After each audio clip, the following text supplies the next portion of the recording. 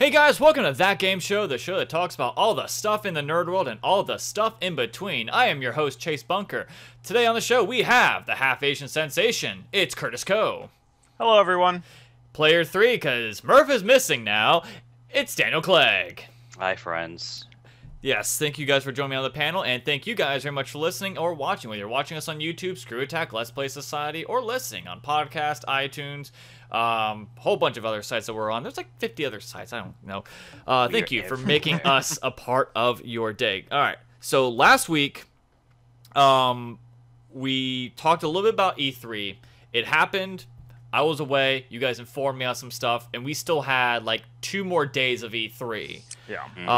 I was also on Gamer Nation Radio with Johnny, and we talked for like 2.5 hours on E3, and it was like, I just got back from LA and I don't know anything that's going on about it. I had to have my panel inform me of everything. So I tried to input as much as I could. First off, guys, how was your week? Let's start with the basics. Let's get a little introduction. Oh, yeah, that's exciting. That's a little different. I know, because it's like, hey, let's talk about E3. But first, personal stuff. Yes, Curtis, how about you? I'm doing pretty well. I got myself into a situation that I wasn't prepared for. Being the nice guy I am, decided to. I'm in school currently, doing some school stuff, and we all just passed our technical certifications. And I thought it would be nice to run some Dungeons and Dragons. That's nice. Turns out that 7 people want to play Dungeons and Dragons, and if you've ever played Dungeons and Dragons with 7 people, you can tell that as a DM that gets kind of a little bit crazy. So Difficult to handle. Yep. yeah, I wouldn't know. Yeah, and next week my campaign starts with these guys, so it's Yeah, exciting that's gonna times be for fun. me. Finally, it's only been delayed like 3 or 4 times. It has been, and like, if you've watched the show, if you listened to us before, if you listened to my interview with James Black, I've never played Dungeons and Dragons. I'm afraid of the person I would become with this, and so I've been very tempted to literally just like record it and just like, if I had animation skills like at all, or any artistic skills also, like I would definitely make it like an animated thing, just because I feel like I would be like how Conan is to Clueless Gamer. Like I would be that position with Dungeons and Dragons. But see, you already have the base Dungeons and Dragons out. You've got the personality to roleplay, Chase. You do. You are a very eloquent speaker. I have a feeling I'm either going to be really good and everybody's going to have fun and enjoy me being around, or I'm going to be horrible and nobody's just going to like playing with me ever again. So I'm going to try to find that barrier between real talk and personality. You'll do fine. We'll report back next week, won't we? Oh my gosh. Well, all right. Clegg, how's your week? Not too eventful. I've been holding off on the Steam sale because Batman came out today, and that's going to envelop my soul. Yeah. You know, so I'm ready to jump into that right after today. Yeah. But I've been doing a lot of Hearthstone. The new heroes were released, and I've been making a push for trying for rank 10 this month. Nice. I know you've been playing a little Hearthstone as well, Chase. I have been. It's been well. Oh, not really. My girlfriend and I have been trying to find games to play, and luckily, we had a friend come up from my friend in Melbourne came into town, and he brought over his PS4, so we got to play Little Big Planet 3, so that was fun. That's a good co-op game. Yeah, it's a fun co-op game. We played like a little bit of it because it was getting late, but I mean we still had fun. Like we've been playing Ratchet and Clank All for One, and that's also fun as well. But she also used to play Magic back in the day. And so, cool. Yeah, and so she had a black and white deck, because I was like, why is that? 'Cause I don't know anything about Magic. I don't either. And apparently... it's a good background for Hearthstone, because they're somewhat similar. They're somewhat similar, yeah. And so she says, oh, apparently, like, you know, it has it has heals and it has damage.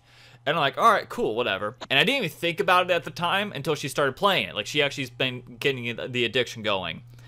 And then she chose her main deck. Priest. It's a priest deck. I knew it. Oh, in Hearthstone? It is. And I'm just like, I'm literally just sitting there. I'm just like, I don't know if this relationship can work out anymore. Yeah, right? Because it's like, once again, if you watch my Great Kasabian interview, I'm just gonna like reference all the previous interviews that I've done. I hate the priest deck because I don't think for a 2-drop you shouldn't be able to do 5 damage to me. 3 and getting rid of an enemy champion of like or enemy minion of 5 or more attack, no. And especially like 1 for 5 healed, no, that's bull, and that shouldn't happen. But yet, and you're not a fan of half-hour games? Is that what you're saying? I am not a fan of that. If I want to play a half-hour game, or if I want to play an hour-long game, I'd go play Summoner's Rift in League. All right, there you go. That guy. Yeah, there you go. And so, I decided to help level her up because she's not at 20 yet. So, so I kept doing a whole bunch of other champions. I was off and on with my warrior and mage deck. So like I'll do either or. Sometimes I won, sometimes I lost because she had like the incredible dick combo of Lightbringer. Let's add 2 to its health. Let's double its health. And then I'm just like, I hate my girlfriend. And then also add on top of that the Shadow Boxer. Every time someone's healed, 1 damage randomly. It's like, oh my gosh, I hate this. I hate this. I think you need to stop. You like her. Just keep telling yourself this. You like her.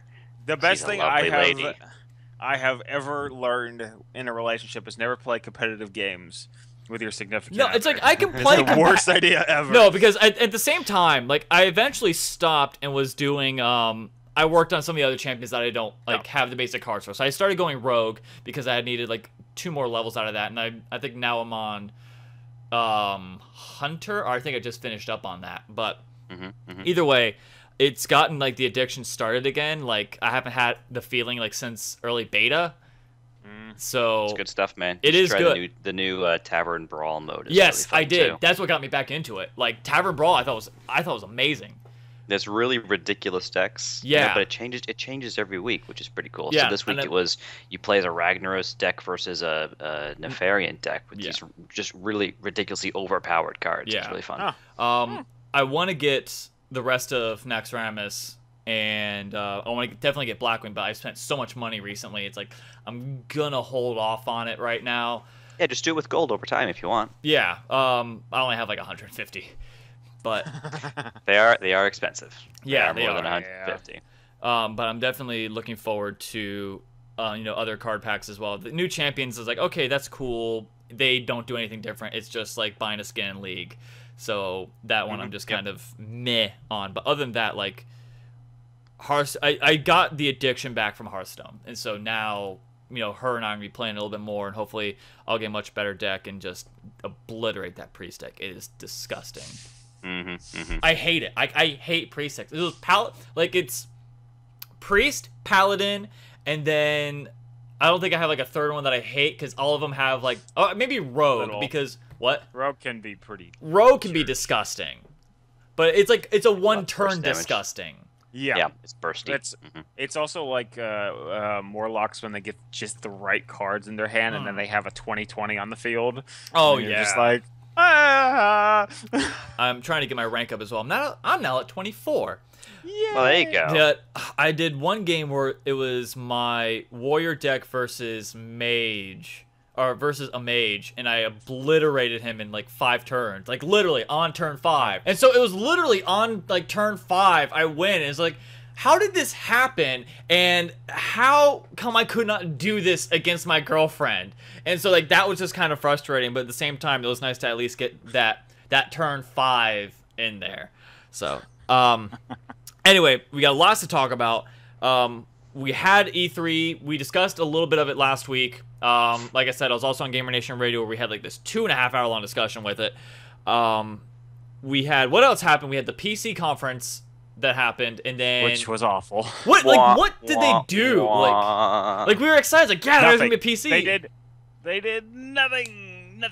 Well, Day 9 did a good job hosting it. There just wasn't a whole lot of content, right? Like they brought these developers out to talk about the games, but there was very little new content shown, and it was their first year doing a conference. It was not very well done, not well produced. It was a lot of advertising for, I think it was AMD hosting it, right? It was AMD. Like there was a lot of advertising for AMD, So Yeah. I don't know. It was not a good conference. Yeah. Hopefully better next year though. All right, so we'll do a new segment called One Word, where I'm going to give you guys a topic, which for this week is going to be panels, and in one word or one phrase, describe these panels. All right, Xbox, Curtis. Xbox.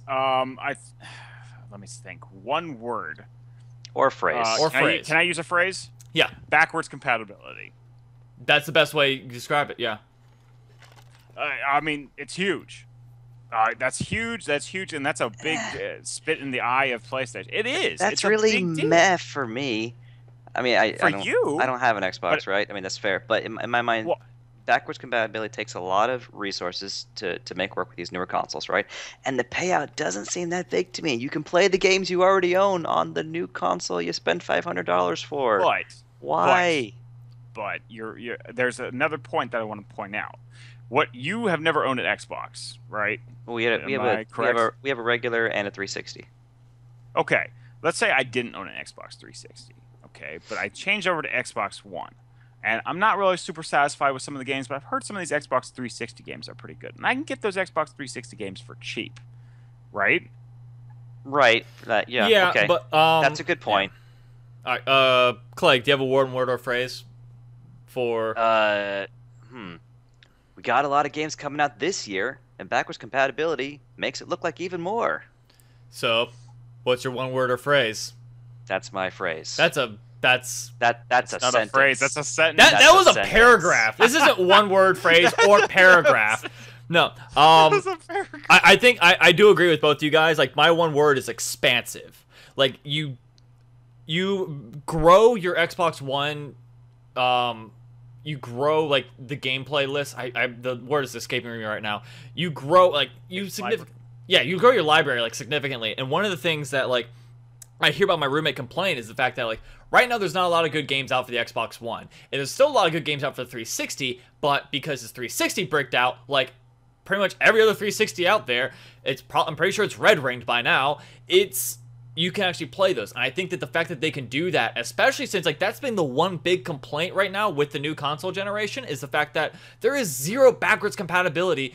Microsoft gained that upper hand and said, hey, we're working on that right now. So here's what you could do tomorrow, here's our games that you can play right now. Exactly. Yeah. Bethesda. We'll start off with Clegg. Fallout 4. Woo! I'm pretty sure that just sums up your argument. Curtis. Woo! I mean, how else can I put it? This is the one thing that we could all say. anyone remembers, right? This is the one thing we could say. The one phrase. Called it.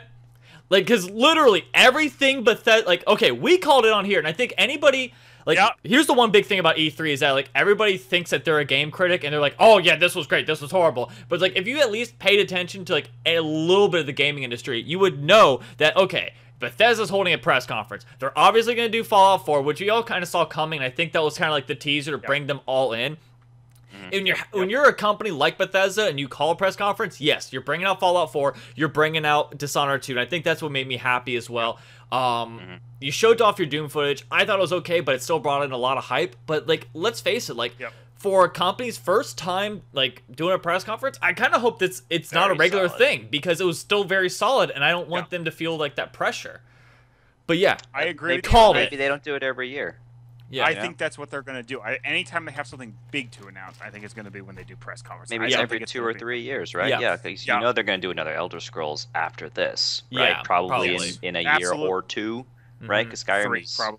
what is It's Skyrim about like 3 years old now? And then it'll be like what? Yeah, Skyrim 2, 2012, Ground Hoop. and then Fallout 3 was like 3 years before that, 4 years before that. It'll be time by the time next year Fallout rolls around. 3 was Maybe they'll do it 2008. every other year. Yeah. I doubt they'll do it, but that'd be nice. Yeah. Nintendo. Clegg. Let's start with you, man. With me, Nintendo was meh. And Nintendo's always been at E3. I think they're only like Curtis, I know you and I have always talked about E3 for years because we loved G4 and everything, and we always pay attention to their coverage. Nintendo has never really had a good E3, with the exception of when they announced the Wii and when they show. Actually, no, I think it was the same year when the GameCube. They had some really good years on. Yeah, like the GameCube when they announced Legend of Zelda. And then when they showed off the Wii, it was like the only 2 years. Like I think those, like when they have a solid showing, like they win big because, or like I mean, granted that's all subjective, like because they have a good strong following. But like I think you can directly correlate, does Nintendo have a good E3 with, did they show a Zelda title? Because every year they show a Zelda title, they also show other big games, which is what people care about at a conference dedicated to gamers, right? But granted, their press conference in E3 versus their press conferences in Tokyo Game Show are two totally different things. Yeah, Tokyo Game Show is always when they have a bigger press conference. So when Nintendo shows up, I'm like, meh. It's like with Blizzard. They could show up if they want to, but like I know at BlizzCon they're going to have the better conference because they have 3 days worth of press conferences. You're absolutely right, and that's a big distinction because they even said that this year. They said we don't really see E3 as our big show and tell conference. Yeah, it's Tokyo Game Show, and it showed this year for sure. One word, Nintendo, Curtis, or phrase. That's kind of my opinion on Nintendo. Clegg. You got a 3DS? No. Yeah. Muppets. Don't care. Yep. Their little video spiel where they put their 3 big executives in as Muppets was adorable, but didn't do much else. No. I'm glad that they showed off Star Fox. I think like everybody's like, let's see a Metroid game, and I feel like they had the same reaction they did when Teen Titans got rebooted, because like we want a new Teen Titans. All right, here it is. This is crap. This isn't what we asked for. This is not what we asked for. We want a new Metroid game. Well, here's this. This isn't what we asked for. This is not even Metroid. Yeah, exactly. There was a lot of good 3DS stuff, not like no Wii U stuff. I don't care about handheld stuff right now because I don't have a handheld really, so I guess that's me. But but it's a big market, so for those people, there are some big first-party games going on the 3DS. Yeah. They have a Zelda title. They got a Metroid. It is sort of. They got Animal Crossing. They got some big ones there, but it really feels like, they're saying it's not the case, but it feels like they're holding up on Wii U because they're developing for the NX, which is their next new thing, right? I agree. Yeah. Sony, one word or phrase, Clegg.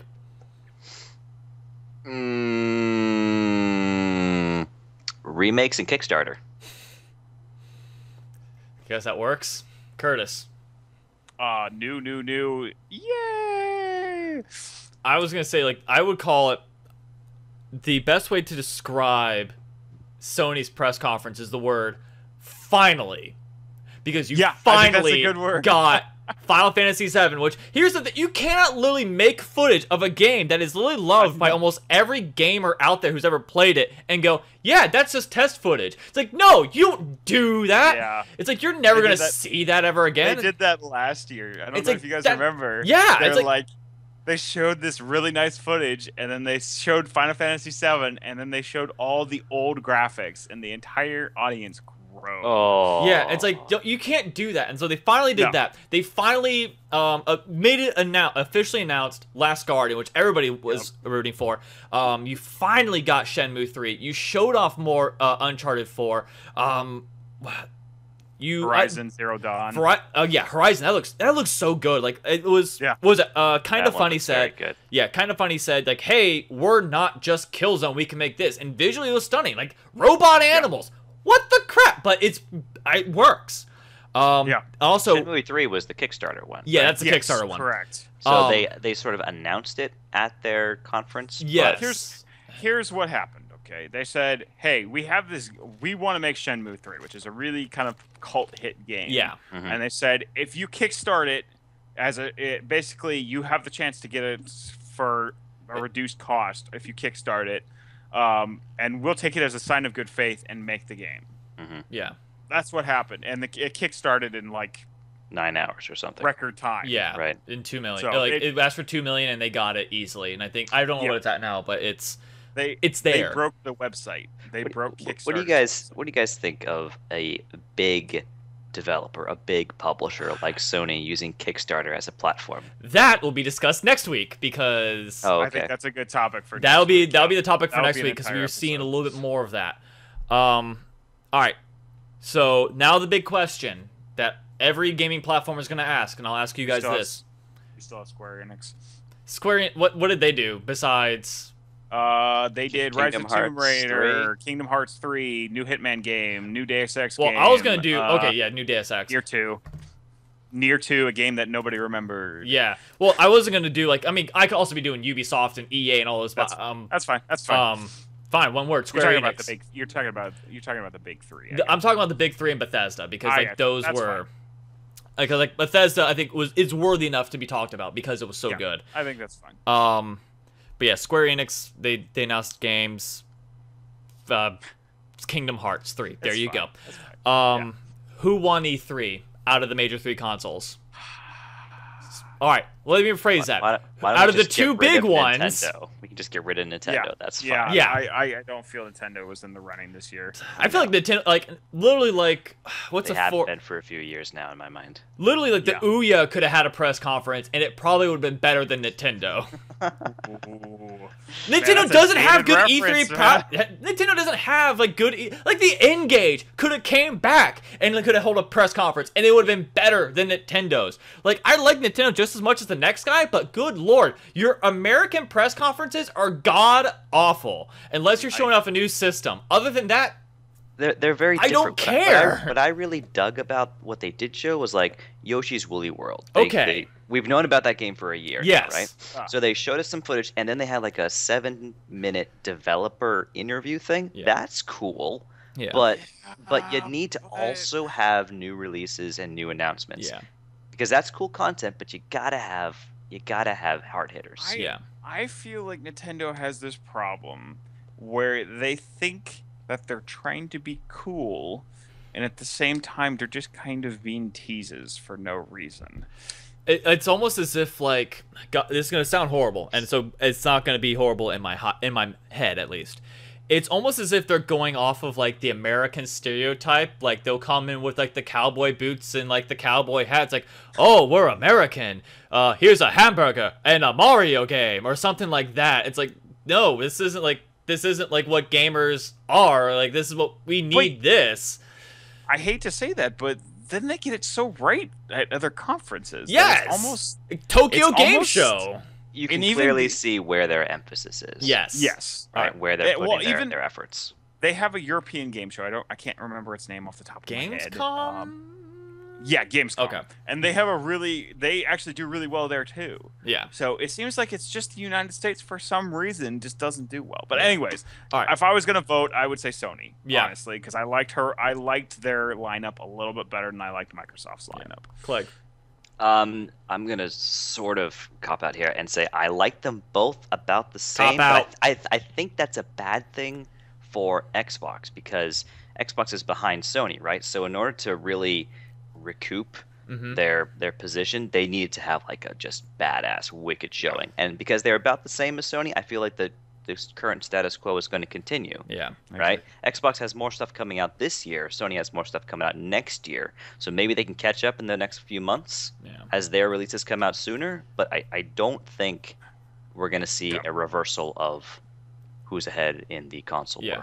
war. I felt Sony won last year because of their massive dick troll move on Microsoft. Yeah, they had. And I think this year that they won. I would have given it to Microsoft because of backwards compatibility if they didn't literally go, by the way, we're doing Last Guardian. Okay, that's great. And we're doing Final Fantasy VII. Holy crap, you just kind of did that. Also, the time exclusivity on Call of Duty. Though we don't play it, that's still a big deal, especially in the market. Yeah, it is. I love people would make fun of it all they want. The fact that the Uncharted demo that they showed was glitched or it had technical issues, it proved to me, hey, this is a live demo. This isn't some hashed out pre-recorded BS. I hate that. I hate pre-recorded BS because I know when it's acting. My Xbox did it last year with Killer Instinct. I hated it. I thought it was cheesy and hokey. But at least this year, it showed me, hey, it's fake. You could have done it on purpose. Be hey, by the way, we know that this is we're gonna mess up a little bit to show its realism. That's not bad. Yeah, let's give out some. I know time is short, but let's give out some That Game Awards. I mean, Johnny from Gamer Nation Radio gave us that name, so it's like, that works. That Game Awards, best game out there, best game that you saw at E3. The one we're most excited about? Sure, whichever one. For me, I think it's For Honor. The combat in that just looks really tight, and I like the three different themes you can go with, the three different armies. That's right up my alley, gameplay wise. Curtis. I'm gonna throw a curveball here, and Clegg has heard me talk about this game like nonstop, so I'm sure he knows which one I'm going for. I really like Horizon Zero Dawn, but Ghost Recon Wildlands got me so freaking excited about that game. I don't even know what it is. It's an open world Ghost Recon game. Just give it to me now. I want it. Yeah, like that looked fun. I'm really excited for Horizon Zero Dawn. I was disappointed we didn't get to see the new Quantum Dream game because I was really looking forward to seeing that. I think for me, I really actually Uncharted 4. Like I'm legit like excited for it to where I might get a PlayStation 4 because of it. So that would be That Game Award. Last year I was convinced I need to buy a PS4, and this year I am once again convinced I need to buy a PS4. Yeah, I agree. Over the Xbox. Yeah, and then of course like Horizon Zero Dawn. What's the best new game that's not from a franchise? That's not like a sequel. I would say either Horizon Zero Dawn or For Honor. They both look really polished gameplay wise. I would like to throw another one out here because I just found it to be a little bit interesting. I actually really like the way Unravel looks. Yes, I was just about to talk about that, and I think what's even better about it is that's the Yarn one, right? Yeah, the Yarn one. Like I think his name is Peter Moore. Peter Moore came out and said like we kind of need to make this game because we can't just be known for sports. They're willing to branch out, and I think it's like good on them to actually like making a new IP and like because it's something we don't have really much of anymore. So good on them for making that. So Unravel and Horizon I think are my two. That one reminded me of Yoshi's Woolly World coming out soon. Although that one's part of a franchise, obviously, but similar in themes. Yeah. You know? Yep. Agreed. So all right, one word overall, E3. How would you describe it? Is it better or worse? One word or phrase, and was it better or worse than last year? Clegg. Gamer Super Bowl. That's what it is, man. It's what it is. Yeah, I agree with him. I think like, well, I guess it does best describe E3 2015, but at the same time, it's like, you guys don't even know. I don't think you even know the concept of this. I don't even know if it works anymore. I should probably You're trying. Yeah, we're trying. You're trying. Curtis, one word. Highs and lows. Highs and lows is the phrase I would use. Yeah. Is super highs and super lows. I got excited, and then I got instantly unexcited about something else. Yeah. So. Like, what was your big disappointment? I don't understand. Nintendo? Well, okay, but that's a whole conference. Some of the Square Enix stuff was not very good, or the conference itself was boring. Okay, so like the games were interesting, but the moments in between the games were like, and then, hey, Fallout 4, Elder Scrolls card game. Yeah. Hey, we have this app. It's out today on iOS only. Things like that. Just little things that were like, and we have day one DLC. I don't like the Well, we just kind of assume you have that at this point. It's becoming a regular thing. Yeah. I would say this is probably one of the more creative lineups that we've seen as of recent. I mean, you saw your the Kickstarter games of like Shenmue, Yooka-Laylee. I think Bloodstained might have been there. You saw Overkill's The Walking Dead, which they're having like a new creative take on The Walking Dead, which is going to be based off the comic. You saw Unravel, For Honor, Horizon Zero Dawn. You had like a good amount of new franchise games coming out. Yeah. And I think that's what kind of was really cool. Like The Division. We can compare it to the list from last year, but I think you're right where there were more new franchises. And you know what else just occurred to me? I don't think there were any zombie games.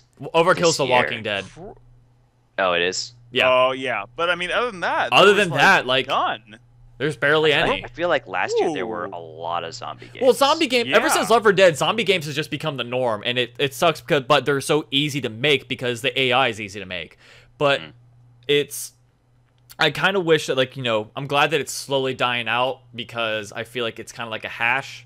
But granted, I'm gonna say that, but I'm probably gonna get overkill's The Walking Dead, and hopefully it's good. I have a feeling it's gonna be really good, so I'm excited for that. Other than that, I think it's a very creative lineup, and so of course we'll see when Tokyo Game Show comes out, and we'll see when Nintendo's actually going to be doing, and I don't know. I feel like you're going to see a bigger performance over there, but I'm excited for what's to come with the other two consoles, so to say. Hopefully PC will have a better press conference as well next year. I think they'll learn that what kind of content they need to be including. Yeah. You know? Anything good. Yeah, granted, I would say, it's their first time. They don't know. It's like, yeah, but it's also Bethesda's first time, and they did great. And they did just fine. Yeah. Sure. Granted, I know that some people are going to say, yeah, there's other press conferences. They weren't really worth mentioning. Ubisoft was, an Assassin's Creed game. Shocker. Square Enix, whatever. So that's why we're not going to really include. I thought the other ones were all good, but I think it's good just to say straight out what we thought was the best. Yeah. Yeah. All right. So, anyways, this is a kind of a short episode as well. Wow, that's really weird doing short episodes. I guess this is what happens when Murph is gone. All right. So, thank you guys very much for watching. Regardless if you're watching us or whether or not you're watching us on YouTube, podcast, Let's Play Society, Screw Attack, or if you're listening to us on iTunes, Stitcher, TuneIn, or any other site, thank you for making us a part of your day. Tweet down below. Or tweet us at that_game_show or at Chase Bunker and tell me what you thought of this year's E3. What did you like? What did you hate? Also, like us on Facebook, facebook.com/thatnewshowshow. Check out other videos that we've done, other episodes, also interviews that I've done that I've previously mentioned as well, because I haven't, referenced them enough apparently in this episode. So, other than that, I don't think I forgot anything. Curse, did I forget anything? I don't think you forgot anything. It sounds right to me. Clegg, did I forget anything? I think you're good, buddy. All right, good. All right, thank you very much for watching, guys, and we will talk to you guys next week. Goodbye. Bye. Bye-bye.